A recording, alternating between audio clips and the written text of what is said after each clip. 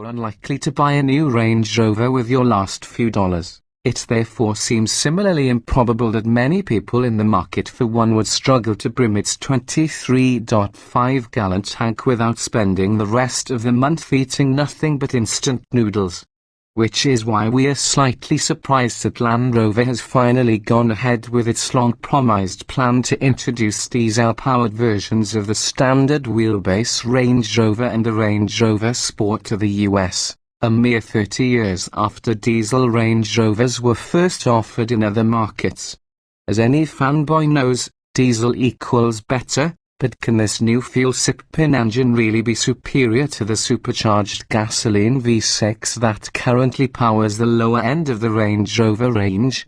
The engine in question is JLR's long-serving 3.0-litre V6 turbodiesel, a power plant that can trace its origins to a long-forgotten joint venture between Ford and Peugeot Citroën, giving a pleasing, if tangential, French connection.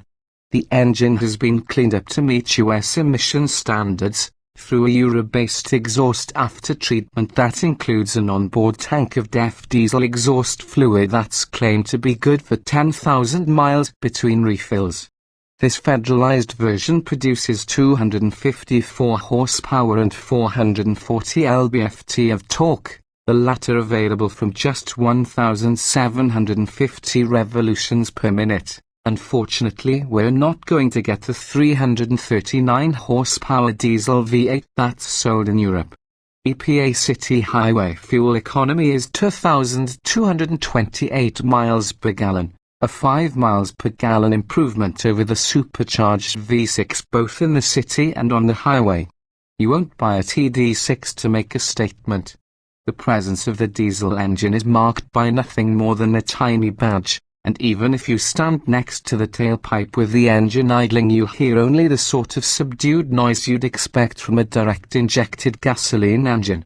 Inside the cabin it's the same story. However hard you try, you'll never hear any of the tinkling harmonics often associated with compression ignition. Under wider throttle openings there's the sort of distant mechanical thrum that you might hear from the stateroom of a luxury yacht if the captain had just ordered full steam ahead. But overall the Td6 is practically as hushed as its gasoline siblings. Performance is similarly unobtrusive, sufficient at all times but not enough to deliver much in the way of excitement. It's best to drive on the torque army and let the 8-speed autobox do its own thing, request sudden acceleration, and there's a noticeable pause as the turbo spools up and the transmission works out which gear to select. The powertrain pulls strongly enough for most, with the official 7.4 second 0 to 60 mph time putting it in close proximity to the gasoline V6. The natural cruising speed is impressively high, though, especially for something with the aerodynamic profile of a sizable outhouse.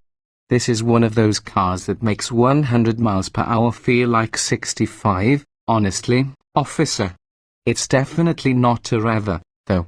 Despite a marked 4,800 revolutions per minute redline, the Td6 won't go above 4,000 revolutions per minute unless you take control of its transmission through the command-shift mode, and there's absolutely no point in doing so. The rest of the driving experience is effectively identical to that of the existing Range Rover, with a supremely compliant ride and a driving position that feels commanding enough to let you issue orders to a Mongol horde. Behind overly light power steering, the chassis delivers impressive accuracy when called upon to do so, and you can hustle the Td6 along at a decent pace, although at the cost of some impressively acute lean angles. But both it, and any passengers you happen to be carrying, are happiest when travelling at a more regal pace. Leave all that nouveau dynamism to the Range Rover Sport. The cabin remains a very special place to spend the sort of journeys encouraged by the 650-mile range, supremely comfortable over longer stints and with generous standard gadgetry to play with. And like every Range Rover, even the Hot Rod Sport has VR, it's willing and able if asked to head off-road, albeit at the risk of scuffing those huge aluminium wheels. The standard air suspension allows the ride height to be increased, and the low-down torque of the Td6 is particularly well suited to mudploughing, especially using the low-speed cruise air control system. For $1,500 premium over the gasoline 6, it's not hard to see the Td6's appeal, as it doesn't require buyers to make any significant sacrifice in exchange for the extra economy. This is one diesel you can buy with your heart as well as your head.